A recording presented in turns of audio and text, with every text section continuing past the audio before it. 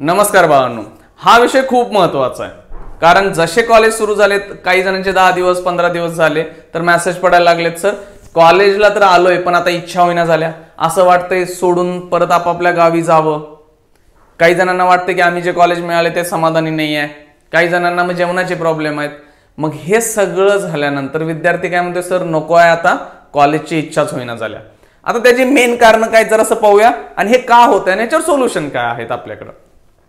सगळ्यात पहिलं कारण कॉलेज आवडत नाही किंवा ते नको वाटतंय की जर तुम्ही आयुष्यात पहिल्यांदा घराच्या बाहेर राहायला गेलाय, म्हणजे तुम्ही ज्या गावामध्ये शिकत होता, 11वी 12वी केली असेल किंवा शाळा केली असेल आणि फर्स्ट टाइम तुम्ही बाहेर राहताय, तर त्या मुलांना अक्षरशः ते नको वाटतंय. का की पहिल्यांदा घरी गेलेत, मागच्या 18 वर्ष घरीच राहिलेत, घरचे विचारणारी लोक होती, काळजी घेणारी होती, उठवत होती, जेवायला देत होती, जे रुसून बसला तरी भरवत होती, हे सगळं चालत होतं. काही वेळा ट्रिपला किंवा काही पाहुण्यांकडे एक थोडे दिवस 5-10 दिवस असे राहायला गेला असेल. पण आता काय पिरियड छोटा नाही आहे, आता तुम्हाला 4-1 वर्ष तरी इझिली काढायचे आहेत. त्यामुळे तुम्हाला कॉलेज नको वाटायला लागले. ऍक्च्युली ते कॉलेज नको नाहीये तुम्हाला. हा, कॉलेजचे पण कारण असतील, पुढे बघूया. तुम्हाला तो एरिया नको वाटतंय, फर्स्ट टाइम बाहेर गेलाय ना. काही मुलं 11वी 12वीला जवळ एक 10-15 किलोमीटरच्या आसपास पण राहायला गेलेले असू शकतात. एक 15-20 मिनिटात तासाभरात घरी पोहोचत होतील, इथले 1-2 तास. पण आता इतक्या लांब गेलेत की फक्त फोनवर बोलणं चालतंय. संध्याकाळी आई वडील फोन करतात, त्यांची आठवण येते, गलीतले मित्र मैत्रिणी असतील त्यांची आठवण यायला लागले, पाहुणे फोन करायला लागलेत. त्यामुळं का इथं असं व्हायला लागले की बाबा मला ते नको आहे, मी येतो घरी. मग पॅरेंट्स तुम्हाला समजावून सांगलेत असं होतंय, हो हे असं होणार आहे, पण ते कळत नाहीये. काही विद्यार्थ्यांनी तर पहिल्या आठवड्यात कॉलेज सोडले.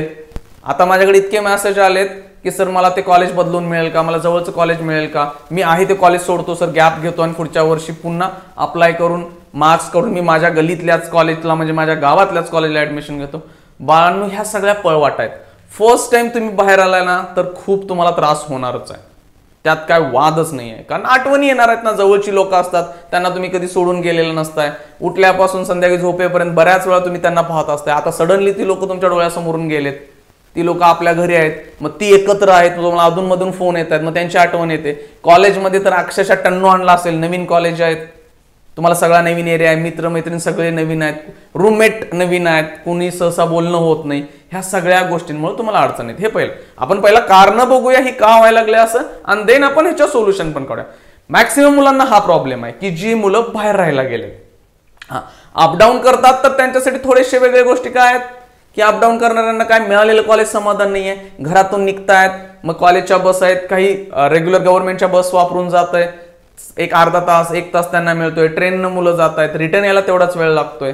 मग ह्या सगळ्या गोष्टींमुळे त्यांना असं वाटतं की बाबा हे कॉलेजेस काय नको आहेत आपल्याला. ठीक आहे, सो मेन प्रॉब्लेम बाहेर राहणाऱ्या मुलांचाच आहे की बाबा मला तो एरिया नको आहे. बाळांनो, हे होणार, इथं काय वादच नाही, असं होणारच आहे. आता तुम्ही 4 वर्ष झाल्यानंतर समजा गेला गावातल्या कॉलेजला ऍडमिशन घेतलं असतं, 4 वर्षांतर तुम्ही जॉबला जाणारच आहे ना.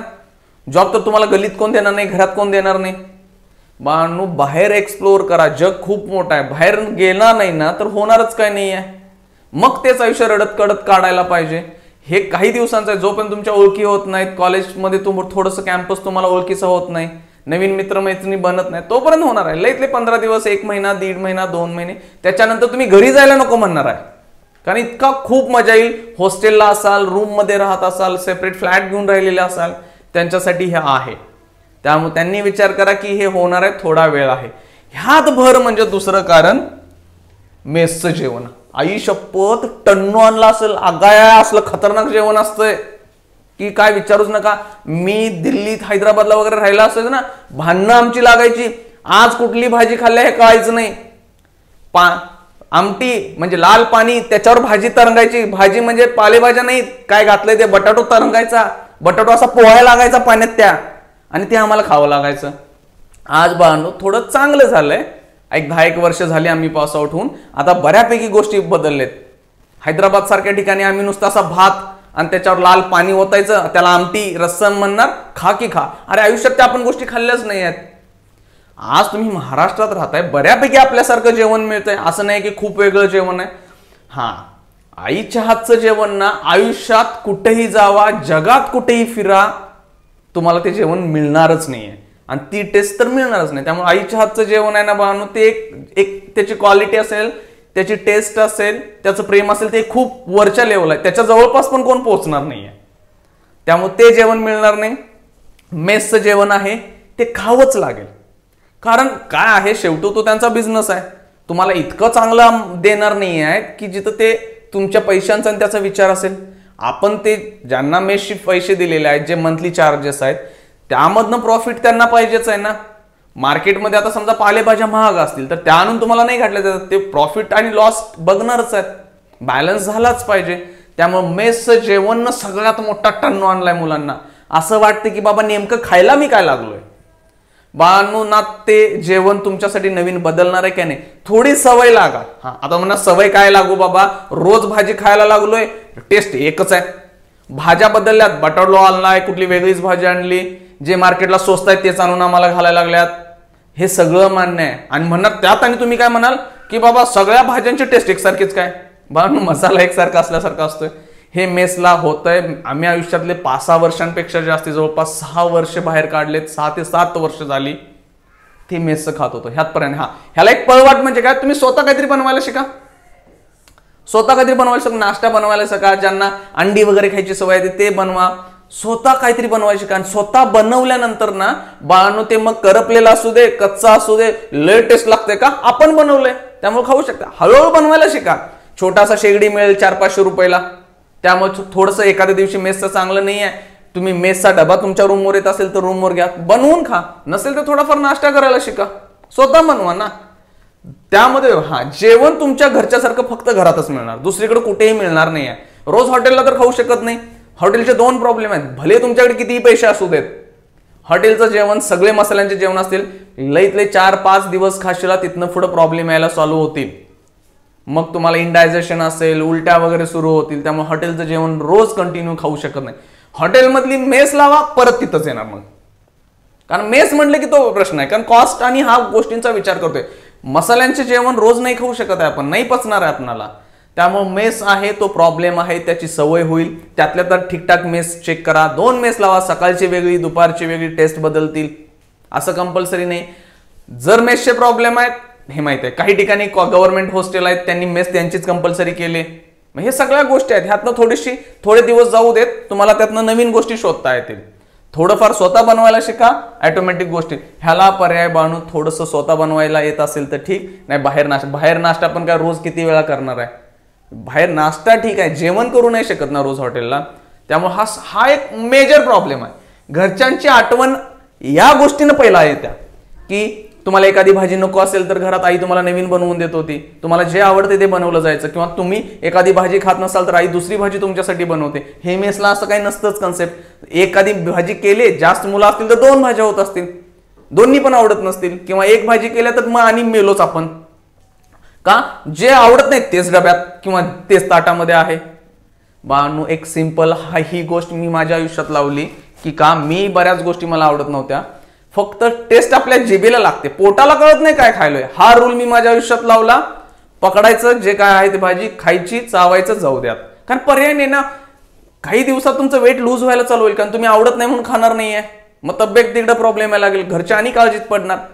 हे सगळा प्रॉब्लेम होईल. 1-2 महिन्यात आहे सवय लागेल आणि स्वतः थोडंसं बनवायला शिका. तिसरा प्रॉब्लेम काय आहे मुलांना, कॉलेजमधील शिक्षक आणि शिक्षण. जी अपेक्षा केलेली तुम्ही की मी इंजिनिअरिंगला गेल्यानंतर असं होईल तसं होईल, फार्मसीवाल्यांचे ऍडमिशन अजून व्हायचे आहेत, थांबा, त्यांना पण हेच फेस होणार आहे. मेडिकलवाली तर एक वेगळ्या जगातच असतात की तुम्ही काय अपेक्षा केल्या की आम्हाला शिकवणारे शिक्षक हे खूप म्हणजे मोटिवेटिंग असतील, खूप बाबा आम्हाला मदत करत असतील. हे असतात पण सगळे नसणार आहेत. कारण तुम्ही 11वी 12वी किंवा स्कूल जिथं केलं आहे, तुमच्या आसपास केलंय, कोचिंग घेतलं असेल कोणी कॉलेजच्या शिक्षक, त्यातले काही शिक्षक तुम्हाला खूप चांगल्या पद्धतीने हँडल करत असतील. कोचिंग मधल्या बऱ्याच लोकांनी तुमच्याकडे लक्ष दिलं असेल. आता इंजिनिअरिंग तिथे एक वेगळंच जग आहे. तिथला शिक्षक बऱ्याच मुलांचे मॅथ्स सर आम्हाला कॉपरेटच करत नाहीत, प्रत्येक वेळी धमक्याच देतात की आमच्या हातात इंटरनल मार्क्स आहेत, आमच्या हातात एक्सटर्नल आहेत, आमच्या हातात 40 मार्क आहेत, आमच्या हातात 30 मार्क्स आहेत, अटेंडन्स कंपल्सरी पाहिजे, 100% अटेंडन्स. 100% अटेंडन्स ठेवून मुलांना समजलं असतं तर खूप झालं असतं. इंजिनिअरिंग म्हणजे पुस्तक शिकणे नाही आहे, हे त्या पहिला शिक्षकांना शिकवायला पाहिजे की इंजिनिअरिंग म्हणजे काढलं पुस्तक दिलं वाचून. 100% अटेंडन्स काय, ते पुस्तक शिकायला आहे का हो? इंजिनिअरिंग म्हणजे टेक्नॉलॉजी शिकायला आलोय आपण, आणि तुम्ही कधीच शिकवायला आम्हाला. हे शिक्षकांचं वेगळं आहे, सोडून द्या, पण ते शिक्षकांच्या धमक्या आहेत. मग मुलांना आयुष्यात पहिल्यांदा असे शिक्षक भेटलेत की येईल तो धमक्याच द्यायला लागलाय. सगळे नाही आहेत, काही शिक्षक खूप चांगले असतात की तुम्हाला ते कोऑपरेट करतील, समजावून सांगतील, पण तुम्हाला अपेक्षा कशाची झाली, सवय पण कशाची झाली की सगळे शिक्षक आम्हाला तसे पाहिजेत. आता तसे मिळणार नाही आहेत. राहिला प्रश्न शिक्षण. काही मुलांचे मेसेज आले सर आठवडाभर म्हणजे 15 दिवस झाले, काही मुलांचे कॉलेज आधी सुरू झालेले, त्यांचं म्हणणं आहे सर आता महिनाभर होत आला आमचं कॉलेज आणि आम्हाला काय नुसतं ते पुस्तकातले धडे वाचून दाखवायला लागलेत. बाळांनो, तुम्हाला शेवटचं प्रामाणिकपणे शिक्षण जे मिळालेलं 12वी पर्यंत, आता तिथं पण काय 25-30 तासांचं शेड्यूल आहे काही कॉलेजांना, काही कॉलेजांना बाबा 35 आवर्स आहेत. त्या तासांमध्ये तो सब्जेक्ट शिकवायचा आहे. मग ते वाचून मग शिकव. आता मुलंही काय म्हणतात, अहो सर आम्ही ते शिकवू देत तसं हो, पण काहीतरी समजावून सांगू देत, येईल ते वाचून दाखवायला लागलेत. बाळांनो, त्याला पर्याय नाही आता. कारण का, ते शिक्षक कॉलेजनं नेमलेत. ते कॉलेज पण डिपेंड कसं आहे, शिक्षक पण डिपेंड कसं आहे. कॉलेजला पैशांचं पडलंय, त्यांना किती फायदा होईल. मग त्यांना जास्ती फायदा पाहिजे असलं तर ते कमी पगाराचा शिक्षक आणलेत. कमी पगाराचा शिक्षक पण तसाच येणार आहे. 1,00,000-2 लाख रुपये पगार दिला तर ऑब्व्हियसली चांगला शिक्षक मिळेल, पण ती कंडिशन नाही आहे ना बऱ्याच कॉलेजांमध्ये. आता तुम्ही म्हणा सर आम्ही गव्हर्नमेंट कॉलेज आहे, तिथेही कुठं वेगळं आहे, तिथंच तेच चाललंय. आता ते बोलायलाच नको की काय प्रॉब्लेम आहेत कॉलेजांमध्ये. त्यामुळं तुमच्या ज्या अपेक्षाने गेलेला की तुम्ही तिथं रिसर्च करायला मिळेल, ह्या मोठं कॉलेज आहे, बिल्डिंग खूप चांगली दिसली, तो मोठा घर पोकळ असा बऱ्याच कॉलेजांसाठी आहे. नुसती बिल्डिंग आहे त्यांची, आतमध्ये घंटा काय नाही आहे. मग ते आता आपल्या हातात नाही आहे. आपल्या मार्क्सनुसार कॉलेजेस मिळालेत आणि आपण ऍडमिशन घेतले. आता ऍडमिशन कॅन्सल करून दुसऱ्या कॉलेजला पण जाऊ शकत नाही. दुसऱ्या कॉलेजांमध्ये पण परिस्थिती वेगळी नाही, तिथं पण तीच परिस्थिती आहे. त्यामुळे जे मिळालंय, जे चाललंय ते एक्सेप्ट करा, स्वतः स्टडी करा. का धमक्या द्यायला लागल्यात की 100% अटेंडन्स पाहिजे आणि ह्या त्या काय पाहिजे, काय करणार काय 100% घेऊन. रोज तासाला बसून तुम्ही जर तेच पुस्तक वाचून शिकालाय तर मुलं स्वतः शिकतायत ना. आज काय झालंय, मुलं वर्गात जास्ती शिकण्यापेक्षा सगळ्यात जास्त युट्यूबवरून शिकायला लागलेत. शिक्षकांपेक्षा नॉलेज मुलांना आहे, कारण मुलं ऑलरेडी करून आलेत, ते बसलेत युट्यूबवर. म्हणतात तासभर 2x स्पीडनं लावतो, दान चॅप्टर संपवतो आणि स्वतः करतो. इथं काय टन्नू आलेत, इथं अटेंडन्स कंपल्सरी करायला लागलेत म्हणून मुलं वर्गात बसल्यात. ज्या दिवशी मुलांना म्हणलं जाईल तुम्ही अभ्यास करा जावा, अटेंडन्स नको आहे, मुलगा बसतच नाही वर्गात. मग का, जो शिक्षक खूप प्रामाणिकपणे वेगवेगळ्या त्यांना मार्केटच्या स्किल शिकवतोय, नवीन नवीन टेक्नॉलॉजी बद्दल माहिती देतोय, त्याच वर्गात मुलं बसतील, बाकीच्यांना बसणारच नाही. फक्त करावं कंपल्सरी म्हणतोय मी म्हणतोय कॉलेजांनी फक्त प्रयत्न करावा की तुम्ही मार्क पडा, वर्गात नाही आला चालतंय, बघा मुलं किती बसतात वर्गात. मग हे प्रॉब्लेम आहेत विद्यार्थ्यांनो, तुमच्याकडे हा प्रॉब्लेम झालाय. तुमच्या अपेक्षा शिक्षक, शिक्षण, कॉलेज हे वेगळं होतं, आता इथं दिसतंय. मग या सगळ्या तिन्हींमुळं, म्हणजे तुम्ही पहिल्यांदा बाहेर राहायला लागलाय किंवा मेसचं जेवण आलंय किंवा जरी घरी राहत असला तरी हे प्रॉब्लेम आहेत. ह्या सगळ्यांनी म्हणून ना तुम्हाला असं डिमोटिवेट, डिप्रेसिंग झालंय, कॉम्पिटिशनचे टेन्शन यायला लागलंय. बाहेर काय असतील, काही हायपाय इंग्लिश बोलणारी लोक आल्यात, मुलं आल्यात, इंग्लिश मिडियम फाडफाड इंग्लिश बोलतात. अरे इंग्लिश बोलतोय तो तुमच्याच वर्गात बसलाय म्हणजे तुमच्याच एवढा आहे ना तो, हे का विचार करत नाहीये तुम्ही. इंग्लिश बोललं म्हणजे टॅलेंट आहे असं नाही. इंग्लिश एक भाषा आहे, आली ठीक आहे, नाही आली लोड घेऊ नका. तुम्ही टेक्निकल कोर्सेसला गेलाय, प्रोफेशनल कोर्सेस आहेत, इथं लँग्वेज मॅटर नाही करत आहे. परत सांगतोय मी, तुम्ही म्हणा सर इंटरव्ह्यूला वगैरे तेवढे इंग्लिश नंतर येतंय तुम्हाला लास्ट इयरला, त्याचं टेन्शन घेऊ नका. काही विद्यार्थी म्हणले सर आम्ही प्युअर मराठी मीडियम आहे, आम्हाला ते इंग्लिश काय काय बोलतात कळत नाही. कळत नसू दे, टेक्निकल नॉलेज घ्या. इंग्लिश बोलल्यानं तुम्ही ज्या ब्रँचला गेलाय तिथलं टेक्निकल गोष्टी येणार नाहीत. आणि जर तसं असतं, इंग्लिश बोलून पुढे गेली असती तर मग बाकीचे विद्यार्थी असतात ना. तो विद्यार्थी तुमच्या बरोबर का आलाय, कारण तुमच्या एवढेच मार्क आहेत जवळपास म्हणून तुमच्या बरोबर आहे ना. मग तुम्ही कुठं कमी आहे त्या विद्यार्थ्यांपेक्षा, जो इंग्लिश बोलतोय तेवढेच मार्क काढून तुम्ही आलाय म्हणून तुम्ही तिथे ऍडमिशन घेतलंय. दोघं एकाच वर्गात आहे, एकाच बेंचवर बसत असाल, त्यामुळे टेन्शन घेऊ नका की कोण काय बोलतोय.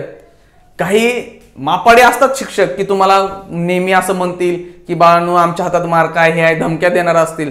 शिक्षक धमक्या कधीही देत नाही जर तो नॉलेजेबल असेल.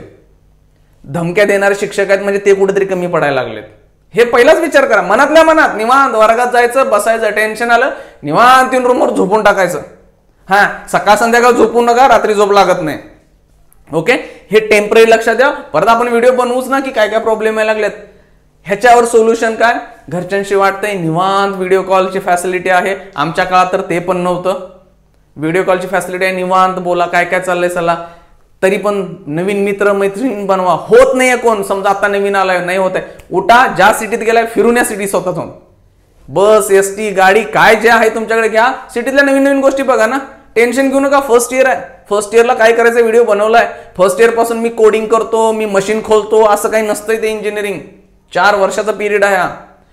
टेन्शन आलंय, प्रेशर यायला लागले ना, सिटीत गेलाय, नवीन गावांमध्ये गेलाय, जरा फिरून या ना, कोण थांबवलंय?